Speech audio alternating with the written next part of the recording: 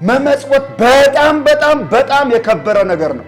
ለዘላለም ሕይወት ግን ብለህ እንዳታለ በገንዘብ የምትገዛው ሸቀጥ አይደለም። የዘላለም ሕይወት ሱቅ በደረቴ ላይ ያለ የምትገዛው ዝም ብሎ ርካሽ ነገር አይደለም። የዘላለም ሕይወት በልጁ በኢየሱስ ክርስቶስ የሚያምን ብቻ የሚያገኘው። ዳግመኛ ካልተወለድክ የዘላለም ሕይወት የለህም። የእግዚአብሔርን መንግስት ማየት አትችልም። ይሄንን በጣም ጮክ ብለን ነው የምንናገረው። የእግዚአብሔር ቃል እውነት የሚያስረዳው እሱን ነው። ሀገር ማየት ጥሩ ነው። መጎብኘት በጣም ጥሩ ነው። ምን ችግር አለ? አየርን መቀየር ነው፣ ጥሩ ነው። ታሪካዊ ስፍራዎችን ማየት በጣም ጥሩ ነው። ለዘላለም ሕይወት ግን አይሆንም። የዘላለም ሕይወት የሚገኘው ስለ መኖራችን በሞተው፣ ስለ በደላችን በደቀቀው፣ ኃጢአታችንን በእንጨት ላይ በመስቀል በተሸከመው በደሙ በዋጀን በክርስቶስ ኢየሱስ በማመን ነው የሚገኘው። የከበረው ጌታ ኢየሱስ ስለ ሁላችን ኃጢአት ራሱን በመስቀል ላይ አሳልፎ ሰጥቷል።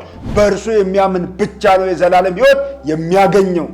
ኢየሱስን የማያምን ሰው የዘላለም ሕይወት የለውም። ሰው ያለ ክርስቶስ ከሆነ ምውት ነው። ያለ ክርስቶስ ከሆነ ተንቀሳቃሽ አስክሬን ነው። ኢየሱስ የለውም። በጣም ያምራል፣ ግን ተንቀሳቃሽ አስክሬን ነው። ጸባየ ሰናይ አመለ ሸጋ ተንቀሳቃሽ አስክሬን ነው። በእርሱ በማመኔ ምክንያት የዘላለም ሕይወት አግኝቻለሁ። የዘላለም ሕይወት ያገኘሁት እኔ በሁለተኛው ሞት አልጎዳም። ሁለተኛው ሞት በእኔ ላይ ምንም አይነት ስልጣን የለውም። ኢየሱስን በማመኔ ምክንያት ስሜ በሕይወት መዝገብ መጽሐፍ ላይ ተጽፏል። ከዛ ከተጻፈው የሕይወት መጽሐፍ ላይ ስሜ አይደመሰስም።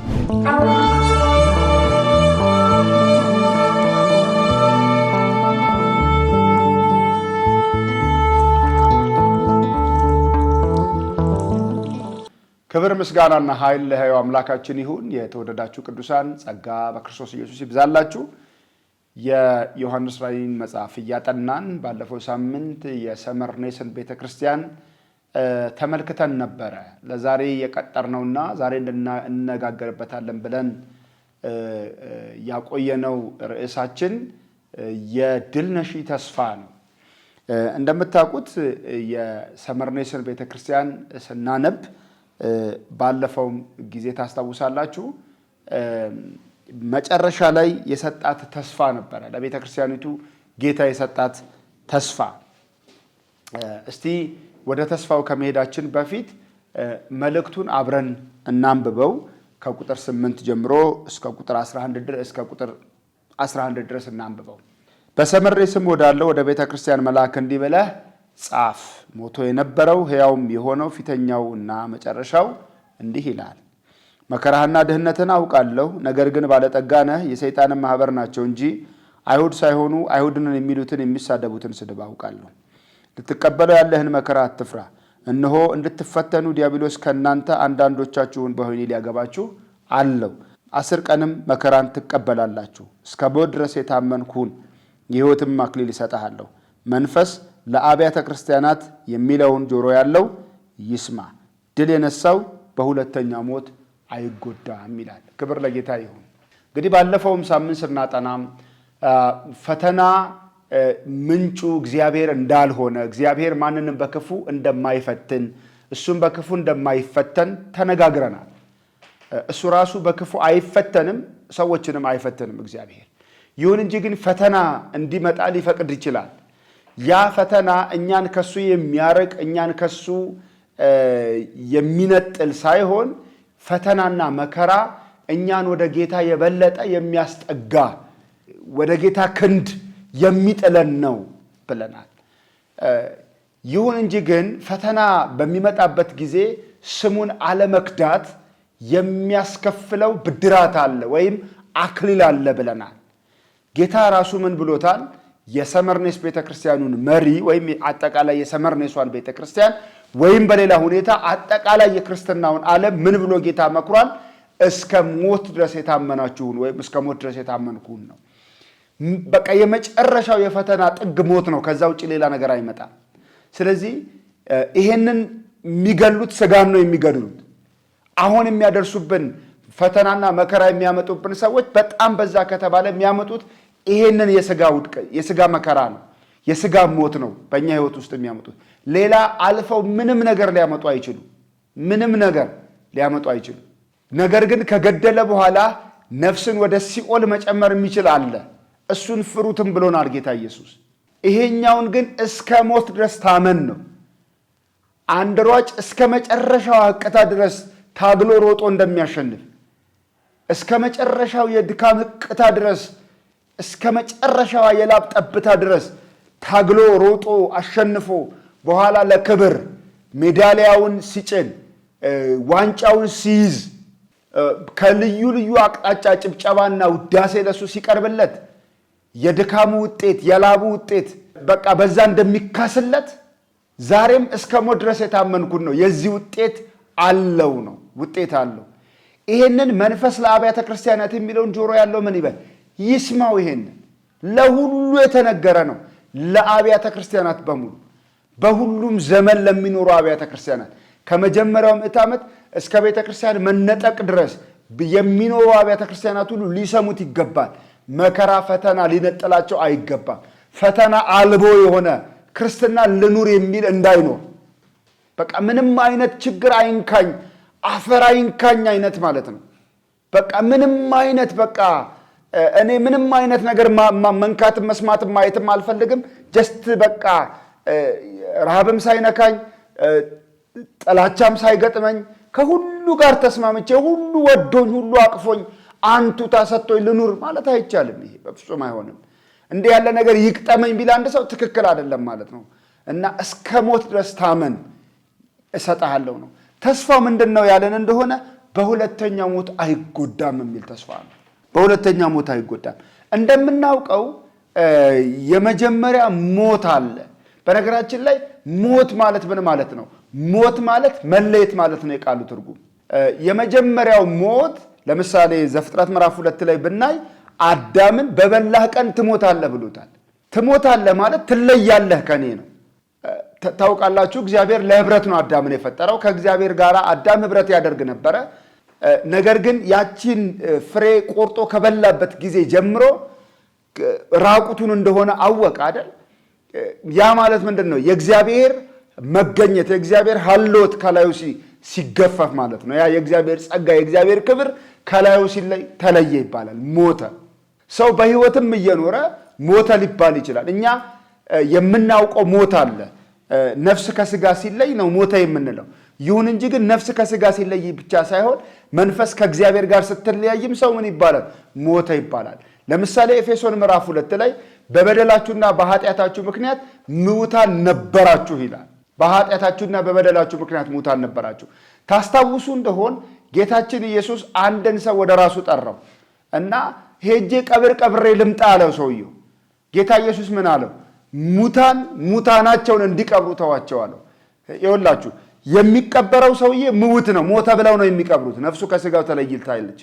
በሚያስደንቅ ሁኔታ ቀባሪዎቹ ሙታን ናቸው። ሙትን ይቀብረዋል ማለት ነው። ስለዚህ ለቀብር የሚሄደው በቃሬዛ የተያዘውም ሰውዬ ሙት ነው። በቃሬዛ እሱ የተሸከሙትም ሰዎች ሙታን ናቸው።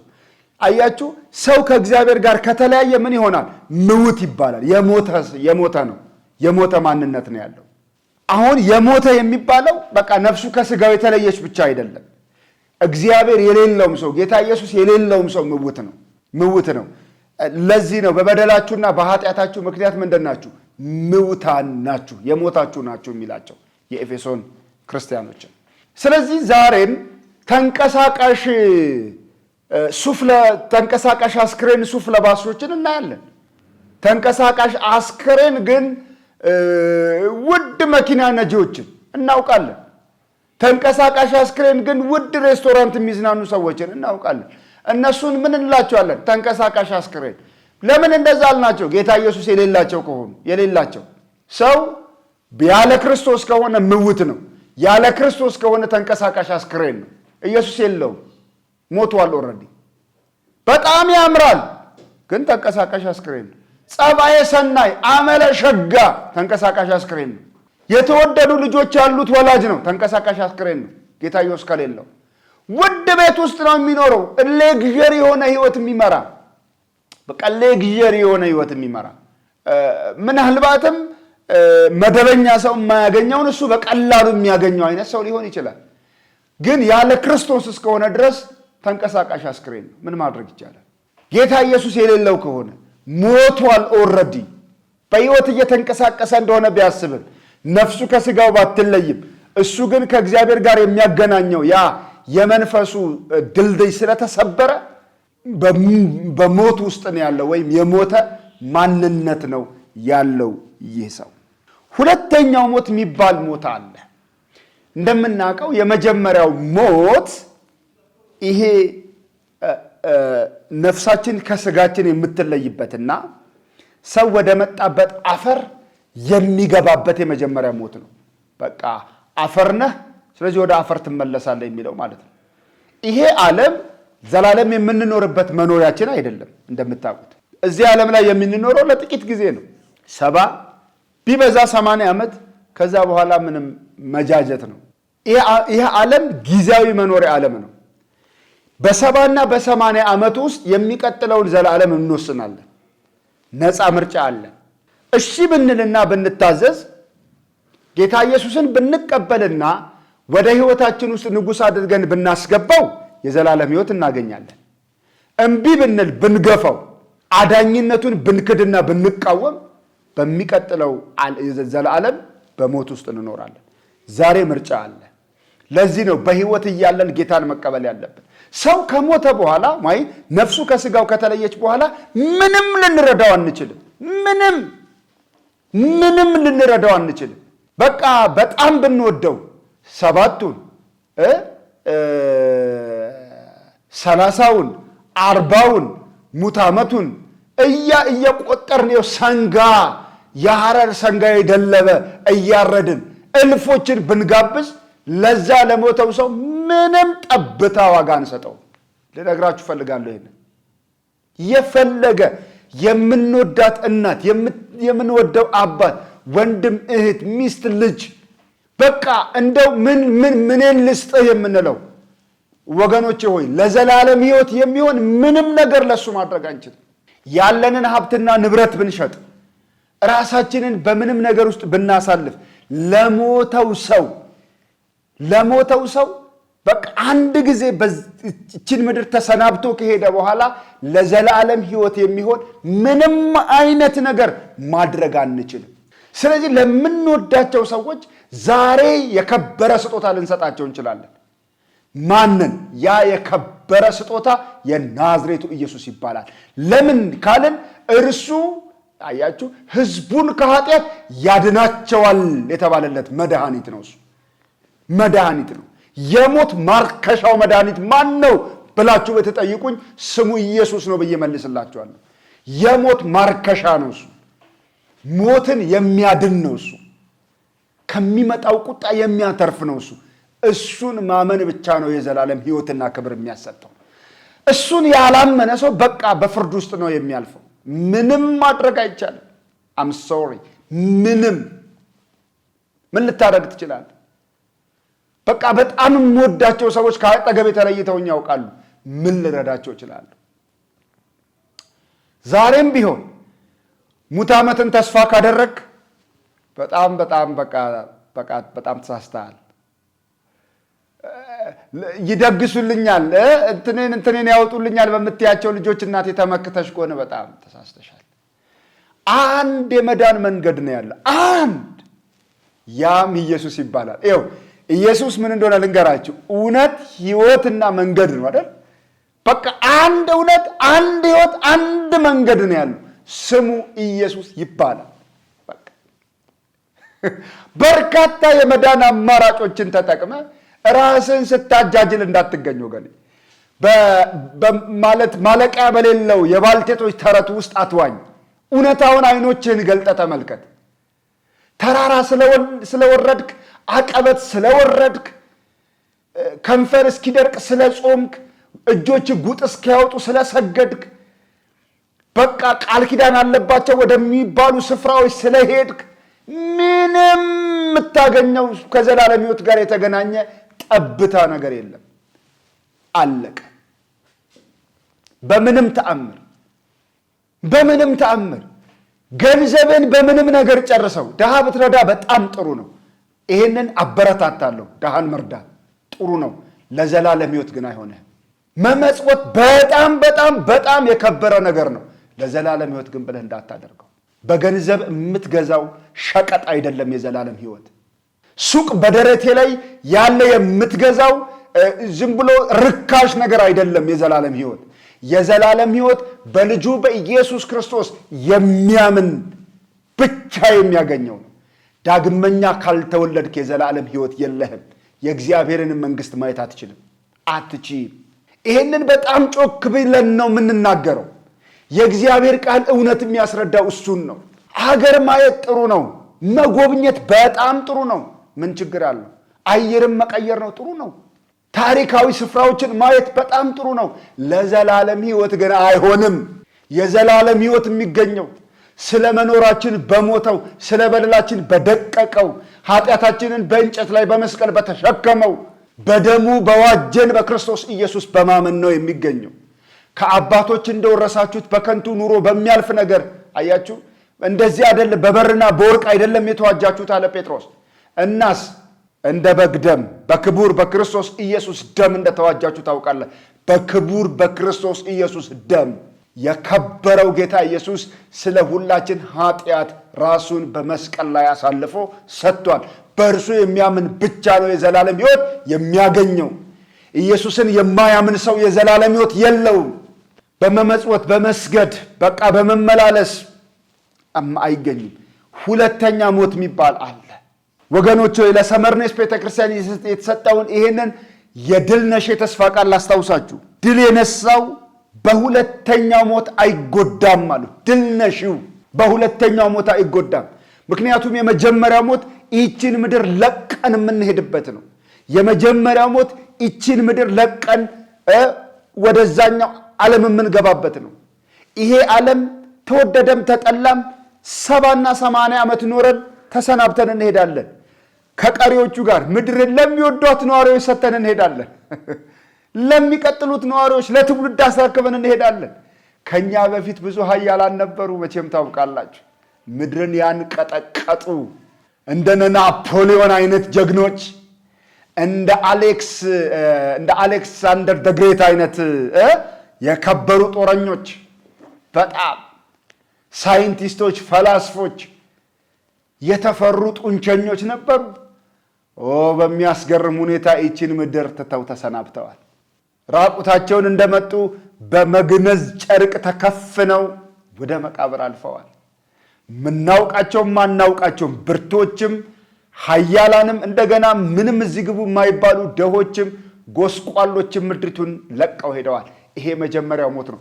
ማናችንም አንድ ቀን አይቀርልንም። መቼም እናውቃለን።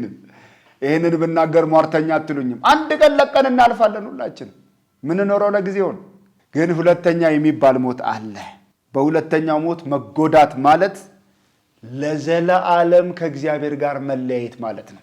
በሁለተኛው ሞት መጎዳት ማለት ለዘላለም ከእግዚአብሔር ጋር መለያየት ማለት ነው። ራዕይ ዮሐንስ ምዕራፍ 20 ላይ አንድ እግዚአብሔር ቃል ላስታውሳችሁ። ራዕይ ዮሐንስ ምዕራፍ 20 ቁጥር 12 ላይ አንድ ቃል ላስታውሳችሁ።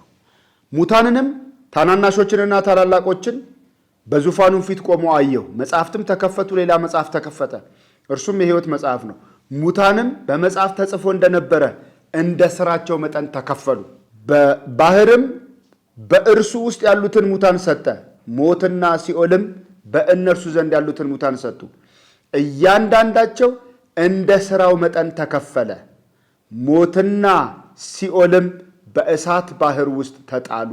ይህም የእሳት ባህር ነው። ይህም የእሳት ባህር ነው። ሁለተኛው ሞት ነው ይላል እግዚአብሔር ቃል።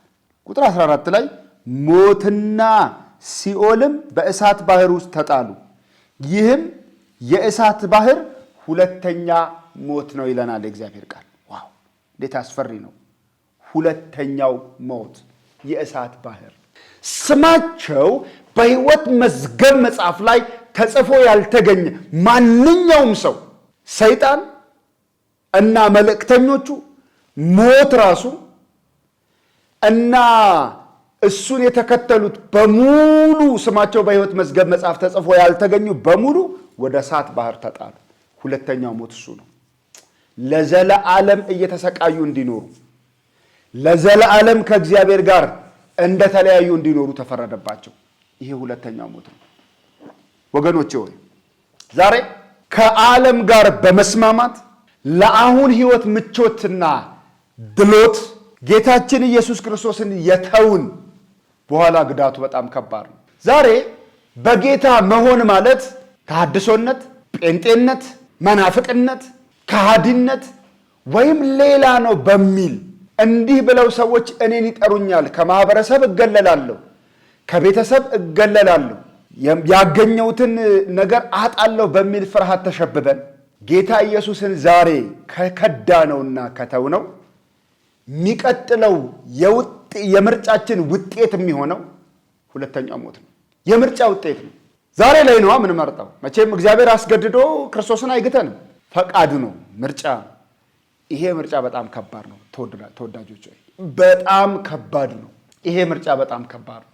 ዛሬ ላይ ለገዛ ምቾት፣ ለተድላችን፣ ለሴፍቲያችን ምንም ነገር አይደርስብኝም በሚል ዛሬ ላይ ማንም ሰው ጣቱን እንዳይቀስርብን፣ አፉን እንዳይከፍትብን፣ በምንም ተአምር ወደኛ የሚሰነዘር ጥቃት እንዳይኖር ጌታን በመክዳት ይሄኛውን ምቾታችንን መርጠን ከሆነ የሚቀጥለው በጣም አደገኛ የሆነ ውጤት ነው። ስለዚህ ተወዳጆች ሆይ ዛሬ በቤተሰብ በጓደኛ በዙሪያችን ባሉ ሰዎች ሁሉ መገፋትን መርጠን ጌታን ብንመርጠው ይሻላል። ምንም አይመጣም። ለዘላለም ሕይወት ስንል ጌታን እንምረጠው። ሕይወትም ሞትም ይኸው በእጃችን ነው። ምርጫ ነው፣ ምርጫ ነው። ክርስቶስ ኢየሱስን ተቀበል፣ የዘላለም ሕይወት ታገኛለህ። አይ ካልክ በዘላለም ፍርድ ውስጥ ትወድቃለህ። እና ዛሬ ከእርሱ ጋር በስደት መኖርን መምረጥ ይኖርብናል። ለሰመርኔስ ቤተ ክርስቲያን ጌታ ኢየሱስ የገባላት ተስፋ ይህንን ነው። ድል የነሳው በሁለተኛው ሞት አይጎዳም። በመጀመሪያው ሞትማ እነ ዲዮቅልጥያኖስ እነ ኔሮን ሌሎቹም እያሳደዷቸው ነው ያሉት። የመጀመሪያው ሞት እሱ ነው። ስለ መጀመሪያው ሞት ምንም አይደለም። ሁለተኛው ሞት ላይ ግን ጋራንቲ አለ። አይጎዳም፣ በእኔ የሚያምን በሁለተኛው ሞት አይጎዳም የሚል ዋስትና ይሰጣቸዋል። ዛሬም በክርስቶስ ኢየሱስ የሚያምን ሰው እንዲህ ብሎ መናገር ይችላል። ጌታዬ እኔን ስለወደደኝ በእርሱ በማመኔ ምክንያት የዘላለም ሕይወት አግኝቻለሁ። የዘላለም ሕይወት ያገኘሁት እኔ በሁለተኛው ሞት አልጎዳም። ሁለተኛው ሞት በእኔ ላይ ምንም አይነት ስልጣን የለውም። ኢየሱስን በማመኔ ምክንያት ስሜ በሕይወት መዝገብ መጽሐፍ ላይ ተጽፏል። ከዛ ከተጻፈው የሕይወት መጽሐፍ ላይ ስሜ አይደመሰስም። በሁለተኛው ሞት አልጎዳም ብሎ የዘላለም ዋስትናን መጨበጥ ይችላል። አምላካችን ስሙ የተባረከ ይሁን። ዛሬ በክርስቶስ ኢየሱስ ያመናችሁ እንኳን ደስ ያላችሁ። በሁለተኛው ሞት አትጎዱም። ይህንን ደግሞ እኔ ሳልሆን ራሱ በክብር ያለው በሰማያት ያለው ድል የነሳው ጌታ ኢየሱስ አሜንና አዎን የሆነው እሱ ያረጋግጣል። ዳግመኛ አትጎዱም ይላል። ክብር ምስጋናና ኃይል ለእርሱ ይሁን። የሰመርኔስ ቤተክርስቲያን በእንዲህ አይነት ሁኔታ ያለፈችና ይሄ ተስፋ የተሰጣት ናት። ለአብያተ ክርስቲያናት መንፈሱ ላይ የሚናገረውን የምናደምጥ እኛም ደግሞ በጌታችን ትምክህት ሊኖረን ይገባል። በቃ በሁለተኛው ሞት አንጎዳም፣ እሱን መርጠናል። ዛሬ በልዩ ልዩ ሁኔታ ውስጥ ያላችሁ ጌታ ኢየሱስን ምረጡት፣ ውደዱት፣ እመኑት። እሱ የዘላለም ሕይወትን የሚሰጥ ጌታ ነው። ክብር ምስጋናና ኃይል እርሱ ይሁን። የተወደዳችሁ ቅዱሳን መልእክቱን ለሌሎች ሼር ማድረግ አትርሱ። አብራችሁን ስለሆናችሁና አገልግሎቱን በትጋት ስለምትካፈሉ ጸጋ ይብዛላችሁ። ሰላም ዋሉ ተወዳጆች።